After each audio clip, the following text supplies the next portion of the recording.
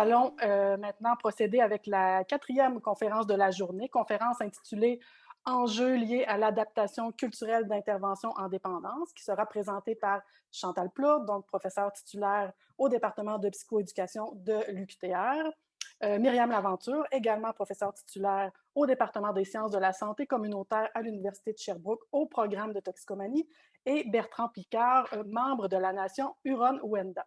Donc, sans plus tarder, chers collègues, je vous laisse la parole. Merci de nous accueillir aujourd'hui, cet après-midi, et d'être présent à cette conférence. Je voudrais tout d'abord aussi remercier Bertrand qui a accepté d'être avec nous aujourd'hui. C'est pas toujours évident pour des gens qui sont pas des chercheurs de faire cet exercice-là, de s'exposer devant autant de personnes. Alors, merci beaucoup Bertrand, c'est vraiment un grand privilège que tu nous fais aujourd'hui.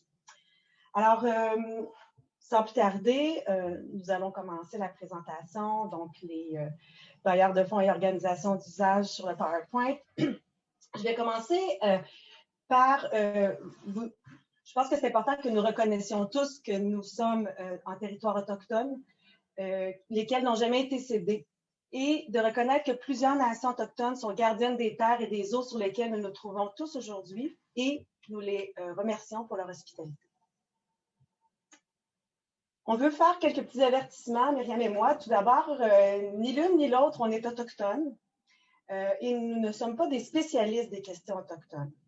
Et on est très chanceux donc d'avoir Bertrand avec nous aujourd'hui et qui me cède même la parole pour faire un bout sur la réalité autochtone qu'il préférait que je fasse, mais qui va être le gardien de mes propos.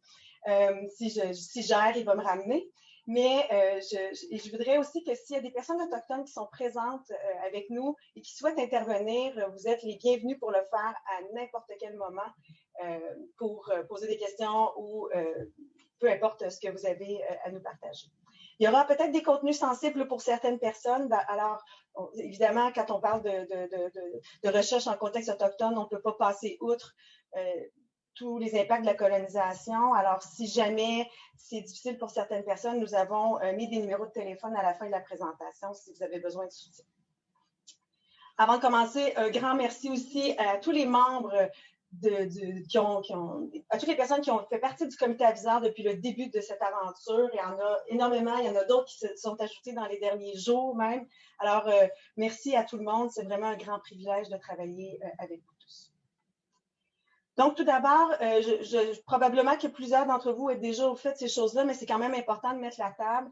Vous devez savoir qu'on ne parle pas d'une population autochtone au Québec, mais des populations autochtones du Québec. On parle de 11 nations réparties dans 55 communautés. On parle de plus de 100 000 personnes, une grande dispersion géographique, mais surtout une grande diversité culturelle.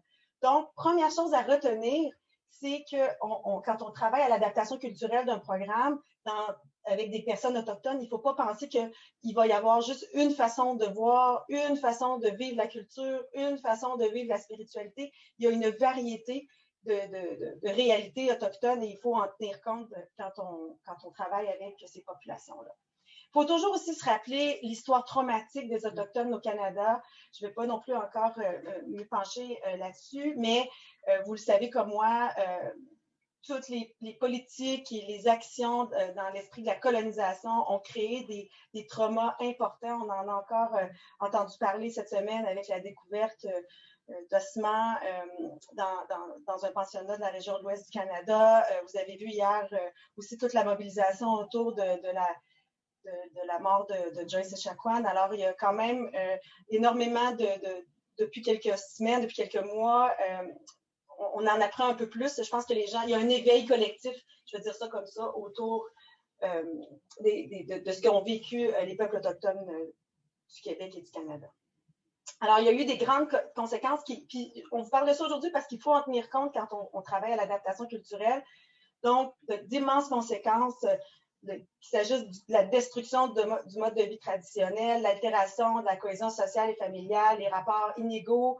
Et il y a beaucoup de personnes autochtones avec qui on travaille qui nous disent, ben nous, à un certain moment, moi, j'avais honte d'être autochtone, puis je ne voulais pas le dire que j'étais autochtone. C'était comme avoir une étiquette qui était très négative, beaucoup de stigmatisation autour de ça.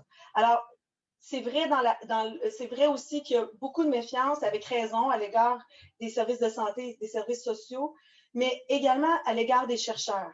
Parce qu'il y a eu beaucoup de recherches qui ont été réalisées avec les communautés autochtones ou des recherches hélicoptères qu'on appelle. Donc, on venait prendre des données, puis on repartait, puis jamais les gens avaient des nouvelles, des projets, puis c'est sans parler de tous les protocoles qui ont été absolument atroces, de tous les tests qu'on a pu faire chez ces gens-là. Donc, on peut comprendre cette méfiance-là. Et nous, on a un devoir, quand on travaille avec les communautés autochtones, de décoloniser nos pratiques, de tenter à rétablir l'équilibre et surtout de redonner du pouvoir. Dans ce sens-là, on sait aussi, il y a beaucoup d'éléments reliés à la résilience et aux forces des peuples autochtones, notamment quand ils peuvent reprendre du pouvoir, s'autogouverner et ou quand on leur permet de valoriser leur culture. Il y a des travaux qui ont été conduits sur ces stratégies de résilience et on sait aussi que, ce que j'allais dire, c'est que dans Sage Usage, dont on va vous parler dans quelques minutes, on a tenu compte de ces stratégies-là dans ce qu'on a déployé avec les membres du comité aviseur pour essayer de faire une adaptation culturelle du programme. Donc, par exemple, participer à des cérémonies, toute l'importance de la spiritualité, d'établir des connexions avec la nature, de faire de l'exercice, etc., etc. On va vous en reparler un petit peu plus tard. Une autre chose qu'il faut savoir, c'est que, contrairement à ce qui est répandu, ce que les gens peuvent penser, c'est qu'il n'y a pas un seul modèle de consommation dans les communautés autochtones. Il y a une variabilité des habitudes. Il y a une proportion de personnes abstinentes plus grande dans les communautés autochtones que dans le reste de la population. Il y a aussi plus de personnes qui consomment sous un mode abusif, épisodique. Il y a quand même de 20 à 26% qui déclarent consommer de façon modérée ou occasionnelle. Et il y a encore une persistance du mythe selon lequel les personnes autochtones ont une vulnérabilité génétique. D'ailleurs, ces travaux-là ont jamais... c'est des travaux qui ont été faits, qui sont discutables au point de vue scientifique. Et malgré tout ça, il y a même une adhésion quand on fait des rencontres avec les personnes autochtones, puis on va vous parler tantôt de la MAG, comme une espèce les gens ont acheté ça. Les Autochtones eux-mêmes ont acheté cette idée-là qu'ils ne pouvaient pas boire parce qu'ils n'avaient pas le gène pour métaboliser l'alcool. On l'entend régulièrement, cette phrase-là. Les modèles de soins en dépendance chez les Autochtones, pour différentes raisons, donc tout l'espace ou toute la place qui était accordée à la religion puis à l'Église catholique dans la colonisation, c'est vraiment beaucoup basé sur une logique d'abstinence. Puis on a souvent pour cible les personnes qui ont des problèmes sévères. Et cette philosophie-là, cette logique-là, elle fait clairement obstacle à la prestation et au développement de services qui sont variés, qui répondent aux besoins multiples d'une population qui ne consomme pas sous un même modèle. Les gens qui consomment de façon périodique, mais qui, pour un moment dans leur vie, ont besoin d'aide parce qu'ils vivent une épreuve, remarquent qu'ils consomment plus, ne vont pas aller consulter parce qu'ils vont être souvent, ils vont être stigmatisés dans la communauté, ils vont avoir peur d'avoir par exemple, les centres jeunesse qui vont venir enquêter dans leur famille, tout ça, parce qu'il y a comme une idée selon laquelle si tu bois, c'est parce que tu bois trop, puis tu bois trop tout le temps, puis il faut que tu arrêtes de boire complètement. Il y a aussi, en lien avec les modèles de soins, à développer, c'est important donc de développer une offre de services qui est variée, donc pas seulement basée sur un modèle d'abstinence, mais qui tient compte des différentes cultures autochtones et non pas de la culture autochtone. Je sais que je me répète, mais s'il y a une chose que vous pouvez retenir aujourd'hui, que j'aimerais que vous reteniez, c'est justement ça, de sortir de cette idée-là qu'il y a juste une façon de voir les choses. Alors, en 2017, on a eu l'immense privilège, encore une fois, d'animer un séminaire à Wendake qui a réuni des intervenants en toxicomanie de 9 nations autochtones du Québec. Il y avait, c'est un séminaire qui a été financé par les Instituts de recherche en santé du Canada, où on a réfléchi à l'offre de services en lien avec la dépendance et à travers une méthode d'analyse de groupe qui est vraiment très intéressante et qui s'inscrit extrêmement bien dans les philosophies autochtones en lien avec la recherche, mais également parce que la MAG valorise le fait de prendre action, de se mobiliser et une action qu'on va qualifier d'action sociale.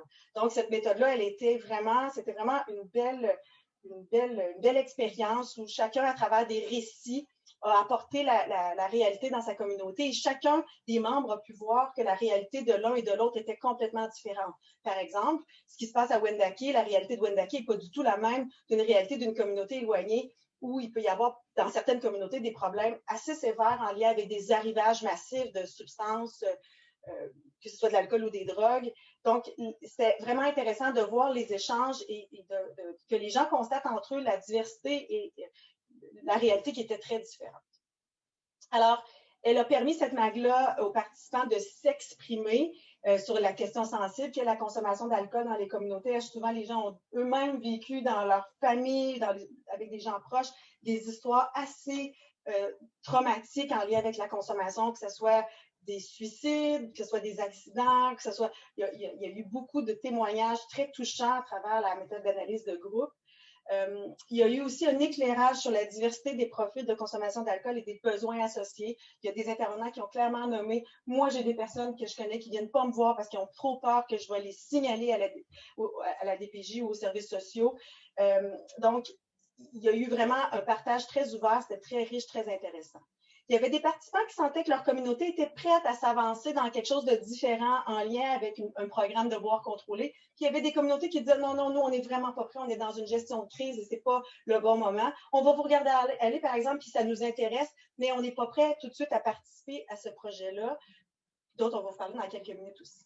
Donc, il y a 5 des 9 nations participantes qui ont choisi de s'impliquer activement dans l'adaptation culturelle d'Alco-Choix Plus. Puis, avec le temps, il y a d'autres nations qui se sont ajoutées depuis. Alors maintenant, je passerai la parole à Bertrand qui va nous parler de son expérience comme membre du comité aviseur, comme co-chercheur avec nous dans l'équipe. J'ai oublié de dire qu'il y a aussi Joël, je ne sais pas si Joël est là aujourd'hui, mais Joël, évidemment, qui travaille avec nous. Il y a Pascal Allary-Vizina et Jennifer Beauregard qui travaillent très fort avec nous dans ce projet-là. Alors, Bertrand. Merci Chantal. Oui, tout le monde, merci beaucoup de l'invitation. Ça me fait plaisir d'être avec vous. D'emblée, permettez-moi de référer de temps en autre à mes notes parce que je ne suis pas très naturel à la caméra. Je ne suis pas très bon, même si je me suis bien préparé, je ne suis pas très bon dans le par cœur. Mais surtout, je veux livrer un message intégral. Alors, je commence. Je vais me présenter un peu plus à fond. Je suis Bertrand Picard, comme on m'a présenté. Je suis membre de la Nation Huron-Wendat. Je suis intervenant dans le domaine des toxicomanies et des dépendances depuis près de 35 ans maintenant. Je travaille pour ma communauté, je travaille pour le Centre de santé et de services sociaux Marie-Paul Sioui-Vincent, qui est une pionnière, une première infirmière autochtone au Québec. Ma communauté, pour ceux qui sont moins familiers, c'est une communauté qui est plutôt urbanisée, qui est une communauté qui est dynamique. C'est une communauté aussi qui est située en banlieue de Québec. Alors, Wendake jouit d'un environnement favorable au plein épanouissement des gens qui y vivent. Je pense que c'est important de le préciser, un peu comme on l'a dit tantôt, le contexte, il fait beaucoup. Ce n'est pas le même contexte, ce n'est pas la même problématique d'une communauté à l'autre, principalement les communautés qui sont urbanisées via les communautés qui sont plus isolées. Moi, au départ, je connaissais l'outil Alco-Choix pour l'avoir expérimenté avec ma clientèle. Aussi, je suis familier avec l'approche de réduction des méfaits. Je connaissais aussi certains chercheurs associés au risque. Je salue Jean-Sébastien en passant, que j'ai eu l'occasion de côtoyer. J'ai réalisé que les interventions qui visaient uniquement l'abstinence ne sont pas toujours efficaces. Et surtout, ces interventions-là ne rejoignent pas les personnes qui ne veulent pas cesser de consommer. Au départ, j'ai joint le comité aviseur pour arriver à développer un outil concret pour offrir cette alternative-là de boire contrôlé. Les membres du comité aviseur étaient de différentes provenances et vivaient de différentes réalités, comme on l'a dit tantôt. Ça réunissait des intervenants provenant de 9 communautés différentes, avec des réalités différentes aussi. Les membres du comité aviseur ont tenu compte aussi Puis on a essayé de développer un outil le plus inclusif possible. Tout de suite au départ, j'ai senti que les chercheurs avaient un profond respect des opinions des participants des Premières Nations. Ils ont développé du matériel avec des symboles qui rejoignent les Premières Nations dans leur langage plutôt imagé. Vous allez voir tantôt, j'ai un exemple aussi à vous présenter par rapport à toute la mythologie derrière ça, toute la symbolique derrière ça. Je trouvais aussi que le défi était novateur parce qu'il propose des stratégies de bois contrôlées aux membres des Premières Nations. Et les membres des Premières Nations ont été longtemps stigmatisés, ont été perçus comme n'ayant pas de contrôle sur la consommation d'alcool. Alors, c'est un défi qui peut être assez intéressant. Un peu pour faire suite à ça, là, je dirais que durant plusieurs années, on a diabolisé dans les réserves indiennes des gens qui consommaient. Alors, ceux-ci étaient stigmatisés, puis les gens qui consommaient le faisaient dans la clandestinité et en se cachant, puis en buvant rapidement de grandes quantités d'alcool. On a réalisé, en consultant les intervenants des différentes communautés, que ce qu'on appelle le binge drinking, c'est-à-dire boire une grande quantité d'alcool rapidement, c'est encore un modèle de consommation dans certaines communautés. Ce n'est pas tout le monde qui fait ça, mais vraiment, c'est un modèle appris. Aussi, dans plusieurs communautés, il n'y avait aucune éducation à la consommation et au boire contrôlé. C'était plutôt un sujet qui était devenu tabou. Alors, le programme Sage Usage, lui, c'est un programme qui ne porte aucun jugement moraliste. On veut soutenir l'individu dans ses choix et lui donner le pouvoir sur ses habitudes de consommation, lui redonner du pouvoir, du contrôle sur sa consommation. Il semble bien que graduellement, cette idée-là chemine cette alternative-là commence à cheminer dans plusieurs communautés, principalement chez des individus, chez certains individus, puis particulièrement chez les jeunes, où l'abstinence constitue un obstacle à la prestation de services. Alors, mon témoignage veut dans ce sens-là. Je suis vraiment satisfait de l'ouverture des communautés, du changement un peu de la vision. Je vous laisse découvrir la suite. Et je vous reviens un peu plus loin avec l'explication du modèle théorique. Merci. Merci Bertrand. Maintenant, Myriam, je vais repartager mon écran. Parfait. Donc, comme on vous l'a mentionné depuis le début, en fait, on a commencé par une consultation. On n'est pas arrivé tout de suite avec le moyen, en fait, mais on est allé voir comment les gens dans les communautés se positionnaient, puis si, effectivement, il y avait de l'ouverture pour une approche qui était différente qu'une approche d'abstinence, puis c'est ce qu'on a observé. Alors, à partir de ce qu'on a fait, c'est qu'on a dit, il existe des programmes pour le boire contrôlé. Est-ce qu'on ne pourrait pas les adapter ou en adapter un, oui, que pas un, c'est déjà beaucoup de travail, en adapter un de façon culturelle. Alors, il faut savoir que l'adaptation culturelle en soi, c'est quelque chose qui est assez systématique.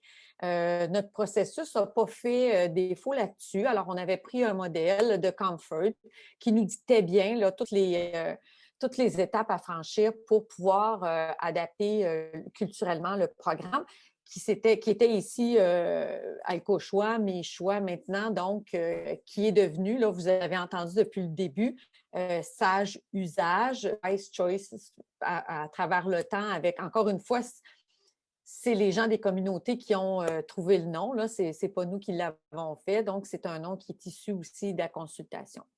Alors, l'adaptation culturelle, ce qu'on a voulu faire à travers une adaptation culturelle et les différentes étapes, c'est que ce qu'on fait habituellement avec le programme ait une pertinence culturelle pour les gens qui allaient l'implanter dans les milieux.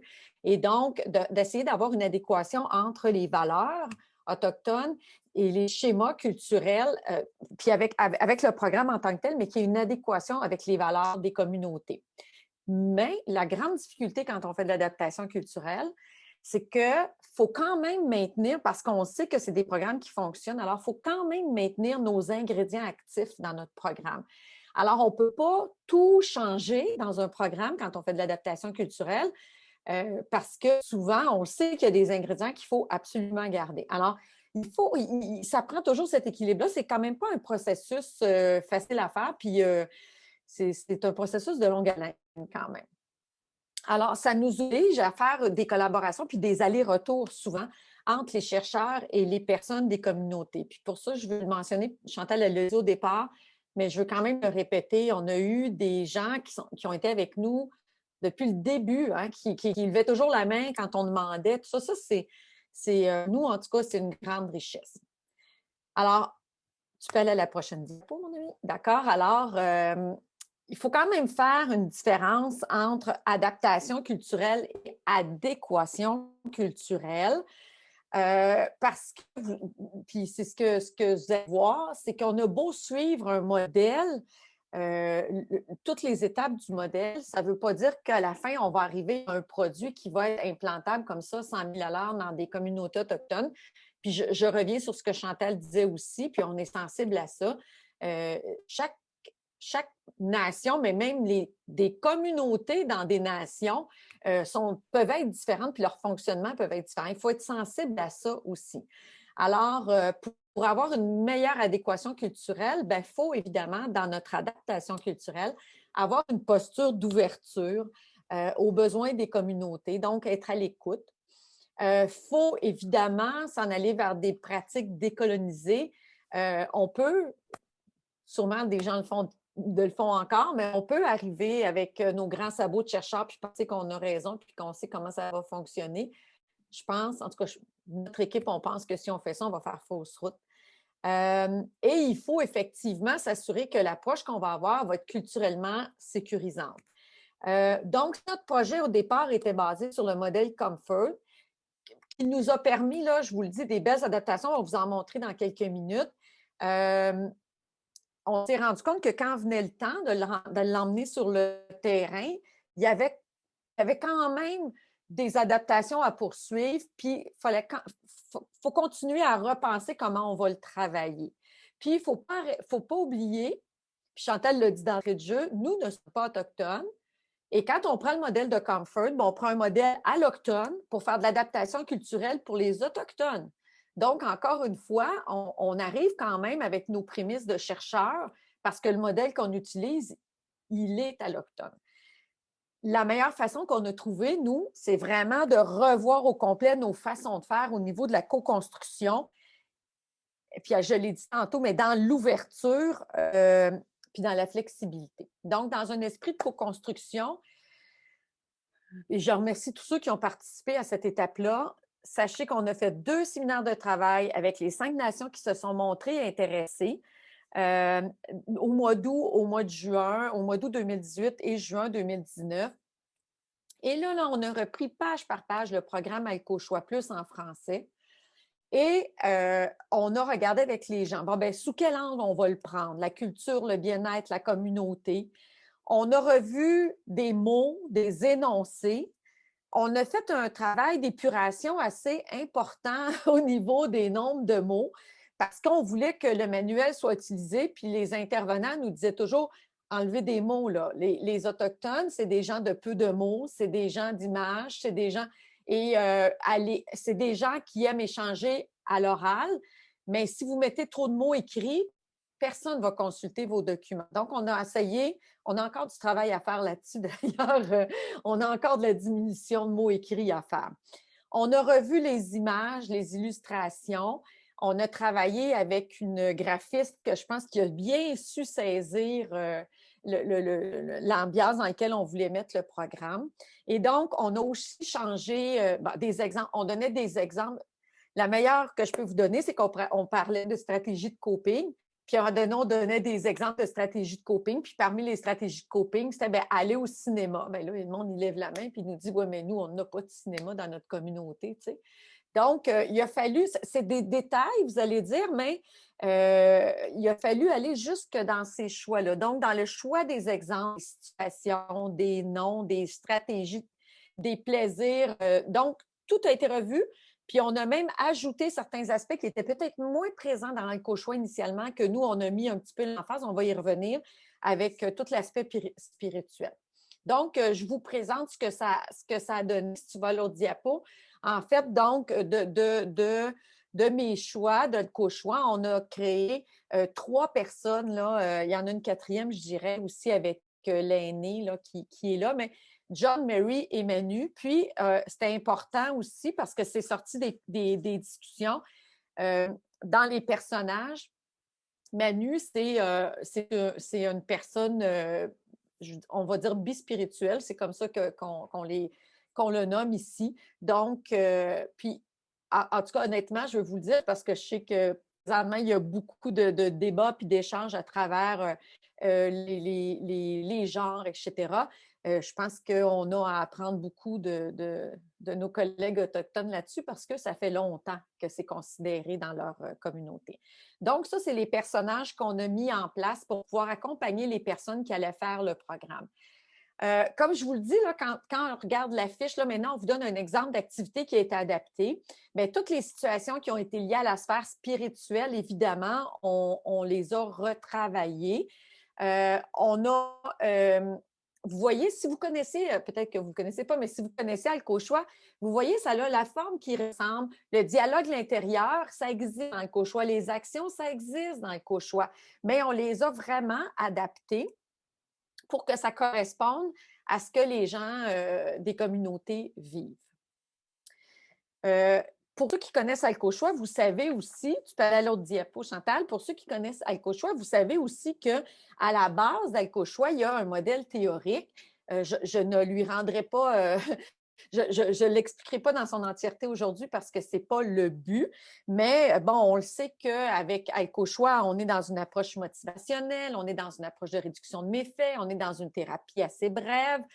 Et tout ça, on l'a gardé dans le programme Sage Usage, mais en travaillant très, très fort avec les gens des communautés, on a aussi développé un modèle théorique qui est propre aux communautés autochtones. Puis là, je vais reparler la parole à Bertrand, qui va pouvoir vous expliquer beaucoup mieux que moi, tout ce qui est inclus dans ce beau modèle théorique-là qu'on a développé avec les gens des communautés.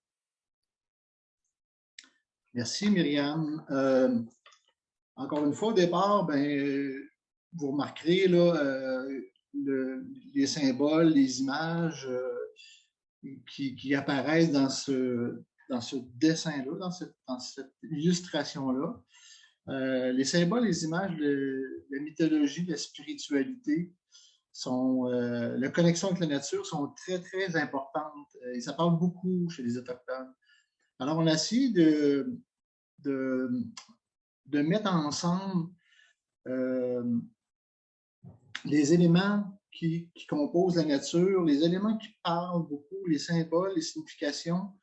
Le défi, c'était de trouver quelque chose qui pouvait représenter les différentes communautés participantes au programme Sage Usage. Alors, on s'est inspiré du concept de la santé globale qui se définit comme la recherche entre l'équilibre, l'harmonie entre les dimensions physiques, psychologiques, émotionnelles et spirituelles. Ces 4 dimensions-là sont illustrées dans le dessin, vous remarquerez. Le cercle symbolise l'interconnexion. Le cercle, c'est toujours très important aussi dans la mythologie des peuples des Premières Nations. Il symbolise l'interdépendance entre tous les éléments de la création. L'individu, vous remarquerez, est placé au centre du cercle.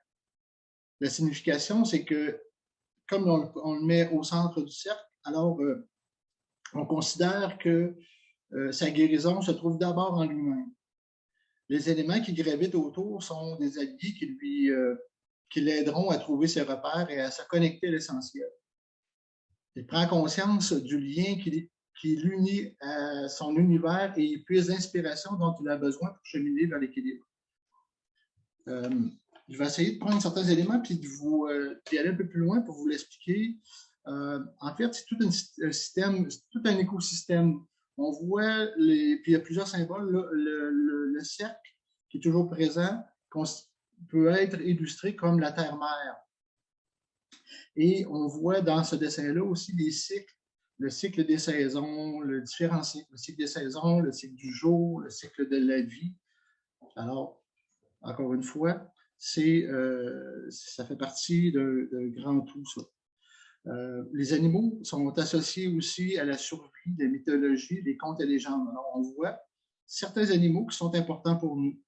Pour les Hurons-Wendat, voyez-vous, la tortue qui est illustrée là symbolise la terre, symbolise la création du monde.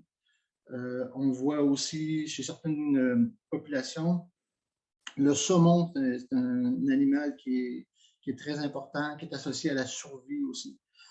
On voit aussi sur l'illustration des plantes. Les plantes sont évidemment essentielles à la survie, mais ils sont aussi utilisés dans la médecine.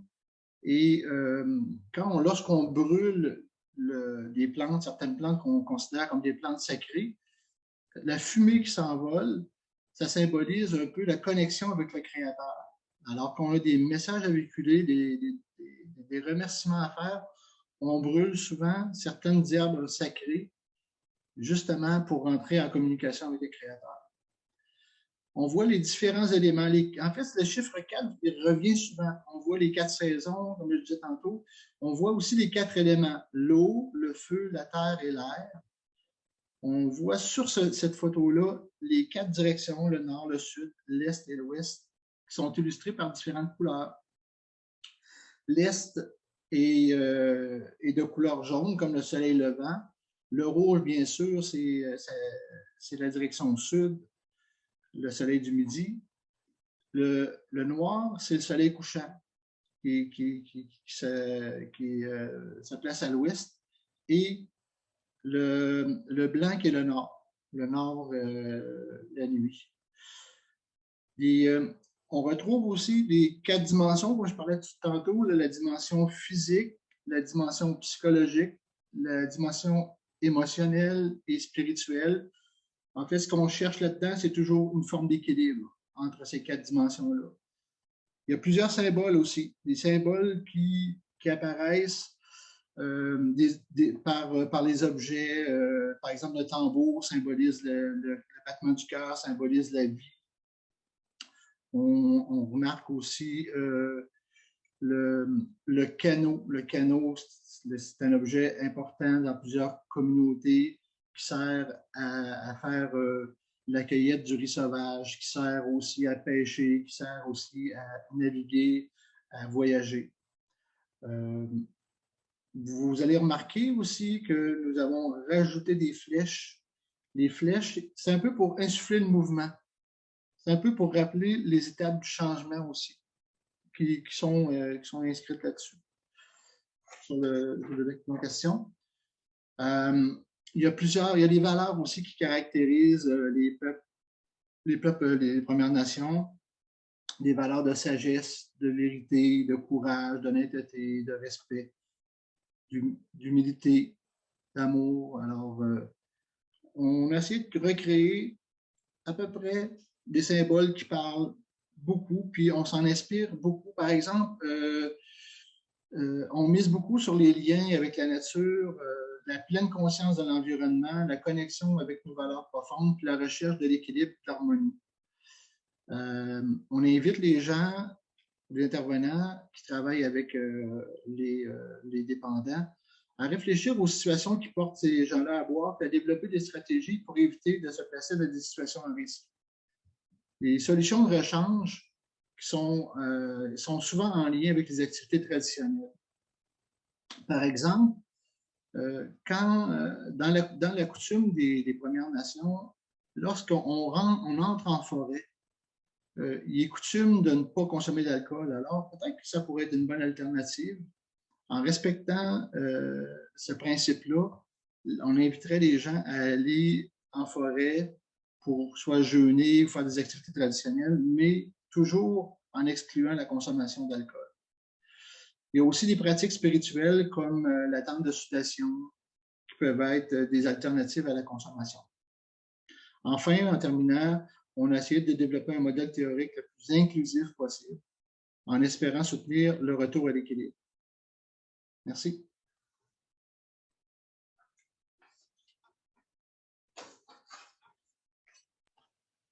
Merci beaucoup, Bertrand. Alors, moi, je suis vraiment très, très contente de voir cette adaptation-là. Vous voyez vraiment une adaptation culturelle très marquée du programme Mes choix version alcool à travers Sage-Usage. Ce modèle-là, il est vraiment extrêmement intéressant et utile à l'intervention. Il sert même en dehors de Sage-Usage. En fait, il y a des intervenants qui l'utilisent même dans leur pratique. Ne serait-ce que, même s'ils n'utilisent pas le programme, ils sont capables de décloisonner le programme pour l'utiliser. Je vais y revenir un peu plus tard. Ça fait partie des outputs hyper intéressants de l'implantation de Sage-Usage. Donc, rapidement, le temps file. On a formé entre décembre 2019 et avril 2021 65 intervenants issus de 10 communautés autochtones. Il y a des gens aussi de 3 CCSUS qui ont participé à ces formations-là. Et initialement, chaque intervenant devait implanter le programme auprès de 5 participants et compléter le protocole de recherche, un protocole qui était quand même assez costaud. On devait commencer la collecte de données au printemps 2020, mais comme moi, vous savez qu'on a eu à composer avec la COVID.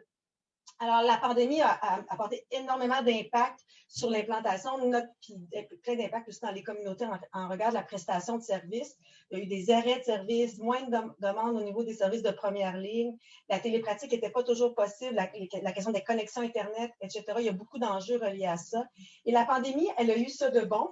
Pour nous, elle nous a obligés à faire preuve de flexibilité, à revoir notre devis d'implantation parce que notre devis d'implantation, il présentait vraiment des limites, puis j'y arrive dans quelques secondes. Alors, concrètement, ce qu'on a fait en phase 1, entre juin et août 2020, dans notre temps 1, il y a eu 4 rencontres en groupe. Donc, 14 intervenants ont été rencontrés. Temps 2, 4 autres rencontres pour 21 intervenants où, avec un protocole, on allait documenter leur perception du programme, qu'est-ce qu'ils avaient pu expérimenter ou pas. Des fois, comme je vous disais, ils pouvaient sortir une activité. Par exemple, on a l'arbre des valeurs dans le programme qui est vraiment génial. Si j'avais eu le temps, je vous l'aurais présenté. Donc, voir qu'est-ce qu'ils aimaient, qu'est-ce qu'ils n'aimaient pas des différentes composantes du programme. Et depuis 2021, on a commencé à faire des entrevues individuelles pour documenter, encore une fois, un peu les mêmes choses, mais d'aller un petit peu plus loin parce qu'on pense qu'en entrevue individuelle, puis on le sait maintenant, les gens osent plus témoigner de certaines vulnérabilités individuelles qu'ils ont, ce qui était plus difficile à faire en groupe. On sait, à date, malheureusement, il n'y a que 3 intervenants qui l'ont expérimenté. Le programme a été complété par 2 participants. Il est en voie de l'être par 2 autres.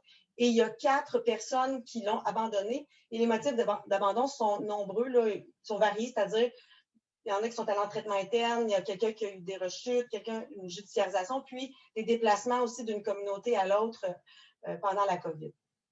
Alors, plusieurs niveaux de résultats. Un premier, c'est la lourdeur de notre protocole de recherche. Ça fait presque 20 ans maintenant que je travaille, pas 20 ans, j'exagère, une quinzaine d'années que je travaille avec les communautés autochtones et encore j'apprends. Je ne cesse d'apprendre.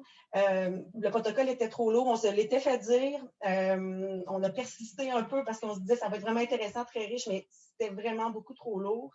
Donc, on a changé ça, on a fait une demande au comité d'éthique, on a revu certaines choses. Le roulement de personnel aussi, qui a été un enjeu important dans le processus et qui doit être considéré tout le temps. Donc, on a des formations, on en a donné une au Bedjouan en septembre dernier, il y en a eu une au Nunavik en avril et il y en aura une dans la semaine du 5 juillet à Pessamit. Donc, ça continue. La nouveauté de l'approche, la difficulté à planifier et amorcer aussi. Donc, ça demandait un accompagnement clinique qu'on n'avait pas soupçonné initialement et qu'on a dû ajuster en cours de route. On a développé des outils pour soutenir les intervenants. Et le recrutement des participants aussi, ça a pris des outils parce que, comme je vous disais tout à l'heure, un modèle qui s'inscrit dans la réduction des méfaits, de bois contrôlé, c'est pas toujours accepté dans l'acceptabilité sociale était un enjeu. Il a fallu travailler à développer des outils en ce sens-là.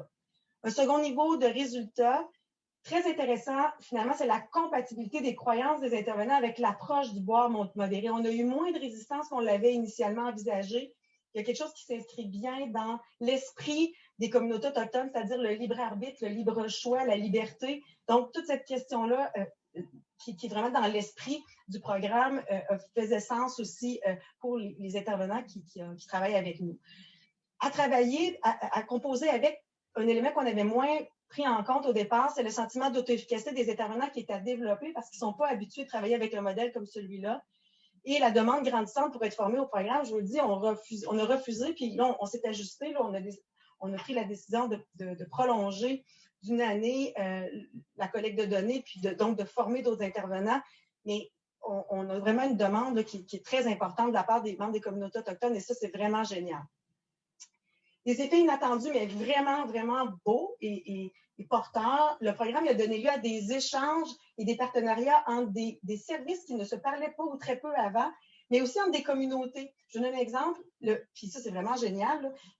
Sage Usage va se donner dans une formule fin de semaine de ressourcement intensive. C'est vraiment nouveau, donc sur 3 jours. À l'automne prochain, en septembre, à Obedjouan. Et il y a des intervenants de Pessamit qui vont se joindre aux intervenants d'Obedjouan pour venir co-animer le programme. D'ailleurs, on travaille présentement avec Pascal, notamment, Pascal Allary-Vézina, à adapter le programme pour qu'il soit offert dans une fin de semaine de 3 jours. Alors, on va devoir faire des choix. Et c'est vraiment... Puis on travaille avec les communautés, les membres de la communauté d'Obedjouan qui vont animer le programme, travaillent avec nous à revoir l'ensemble du programme pour qu'il puisse être administré de cette façon-là. Les intervenants ont aussi souligné le fait d'avoir reçu la formation Sage Usage et d'avoir en main le guide du participant a eu un impact positif sur leur pratique de façon plus globale. Donc, ils ont retiré de la formation, notamment quand on parle, toute la formation en lien avec l'entretien motivationnel, etc. Ça leur sert aussi dans leur pratique de façon générale. Donc, d'autres exemples concrets d'appropriation positive. Donc, la mise en place d'un groupe. En fait, c'est que le programme il est vivant, il se décloisonne. Il est offert en formule groupe, il est offert en couple. Il va être offert dans une fin de semaine intensive. Les intervenants veulent que l'on sorte, qu'on divise le guide en sections pour pouvoir le mettre sur une plateforme et qu'ils puissent aller chercher des outils. Il y a des intervenants qui ont dit, nous, on aimerait mieux que ce ne soit pas le guide du participant, mais le guide de l'intervenant et qu'on remette aux participants des portions du guide parce que, considérant, par exemple, la surpopulation de certaines maisons, de laisser traîner un guide dans lequel tu prends des notes, c'est peut-être pas une bonne idée. Donc, bref, c'est une implantation puis un programme qui sont vivants et ça, c'est vraiment fantastique. Donc, comme je vous dis, on prolonge la collecte de données, on va donner des nouvelles formations, on s'ajuste, on réfléchit actuellement à un programme de mentorat qui serait développé, puis dans ce sens-là, on pense faire une demande IRSC dans les prochains mois pour pouvoir poursuivre le travail. Alors, merci et je vous laisse sur la liste pour s'il y a des personnes qui auraient besoin de soutien après avoir entendu la conférence d'aujourd'hui. Alors, je vais enlever le partage d'écran. Merci beaucoup. Merci beaucoup à vous trois. C'était vraiment une présentation inspirante et la présence de vous trois, en fait, d'une grande richesse de vous avoir tous les trois. Donc, merci infiniment. On a plusieurs commentaires bravo, qui trouvent le programme, votre travail vraiment extraordinaire. Et on a déjà une première question, en fait, qui nous vient de Pierre Lauzon, qui demande, est-ce qu'il y a des éléments apportés par les Autochtones qui sont très inspirants pourraient être intégrés au programme destiné à la population générale? Donc, comment on pourrait s'inspirer, en fait? Non, c'est vraiment une belle question. Oui. En fait, sans être prétentieuse, là, c'est pas ça le but, mais je pense qu'on gagnerait, puis c'est dans l'air, là, j'en ai discuté d'ailleurs avec Joël cette semaine, tant dans nos évaluations que dans nos programmes de traitement ou d'accompagnement, à offrir des avenues en regard de la culture puis de la spiritualité selon ce que les gens souhaiteraient. Fait que oui, moi, je pense que c'est vraiment génial ce que le comité a fait, ce que les membres des Premières Nations participantes ont développé. Puis j'espère que ce programme-là, il va être diffusé éventuellement à travers l'ensemble du monde entier où il y a des peuples autochtones. Mais j'espère, parce que c'est très novateur, on n'a pas vu ça nulle part ailleurs, mais j'espère aussi qu'on va pouvoir récupérer dans d'autres programmes, dont mes choix, certaines dimensions ou ailleurs, dans d'autres programmes, pas juste dans mes choix, qui nous sont apportés par nos amis autochtones dans ce projet-là. Effectivement, c'est vraiment très intéressant. Puis peut-être, Chantal, ajouter que là, on vous a parlé, on vous a montré les outils qui étaient en français, mais ils sont disponibles en anglais aussi. Oui. Donc, le programme Sage Usage est disponible en français et en anglais. Absolument. Monsieur Picard, est-ce que vous souhaiteriez ajouter à ces éléments de réponse? Ben oui, je peux dire un mot. En fait, rapidement, moi, ce que j'ai observé beaucoup, là, c'est que, effectivement, les gens qui consomment une certaine dépendance, on voit là-dedans une certaine fuite de la réalité, déconnexion avec la base. Puis je pense que tout le monde, on a intérêt à s'inspirer de la nature, à se rapprocher de la nature, à faire des... En fait, c'est une reconnexion, comme une pleine conscience avec son environnement, comme on dit tantôt. Alors, il y a toutes sortes de pratiques qui peuvent se faire juste en forêt. Ce serait vraiment là, comme pour quelqu'un qui veut se reconnecter avec la base, c'est essentiel. Puis, je vous invite à le faire aussi. Donc, M. Pierre Lauzon, donc... Oui, bonjour Chantal, ça fait plaisir de te retrouver. C'est excellent, merci beaucoup. Je voulais voir aussi, nous on a un comité pour l'amélioration des services cliniques aux Autochtones à l'hôpital Notre-Dame. Une des choses qui revenait beaucoup concernait les services spirituels et aussi les activités artistiques, chose dont vous n'avez pas beaucoup parlé. Mais je pense qu'il y a quelque chose d'intensément identitaire, culturel au niveau des activités artistiques. On a eu un programme d'activités artistiques qui a duré juste quelques semaines avant que la COVID arrive. Et on a eu quelques patients autochtones qui ont participé et qui étaient particulièrement stimulés par ce type d'activité-là.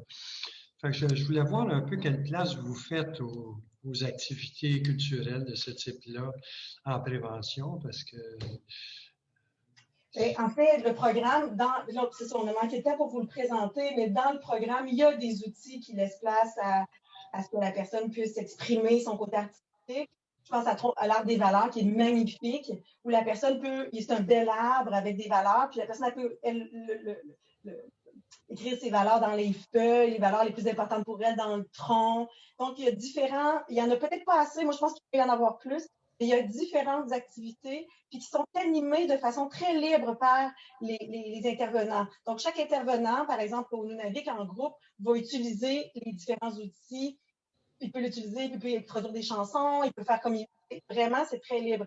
D'ailleurs, quand on travaille à partir de la semaine prochaine, l'animation qui va se passer au Bedouin, c'est clair que pendant notre fin de semaine, évidemment, il va y avoir des activités culturelles. On va travailler avec, je veux dire, on va avoir des guides avec nous, il va y avoir une tente, il va y avoir toutes sortes de choses qui vont permettre aux personnes qui vont être présentes de vivre leur spiritualité ou leur mode culturel à eux.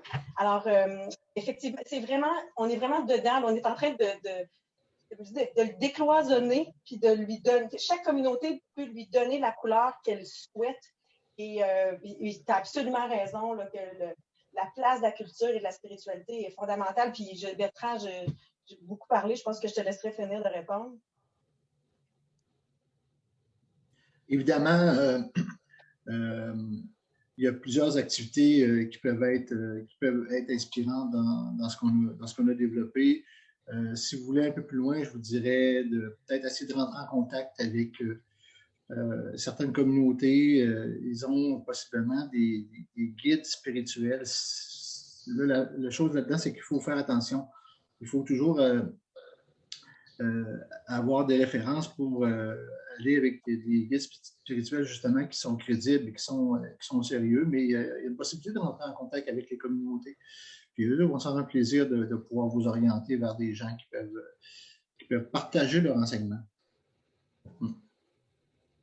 Je cherchais l'Arbre des valeurs pour vous le partager, mais je ne le trouve pas, j'ai trop de choses, mais c'est vraiment... Et on va en parler avec l'équipe de mes choix. Là, je pense qu'il y a des choses qui pourraient être peut-être disponibles pour d'autres personnes là, qui souhaiteraient les utiliser avec les personnes qu'elles accompagnent.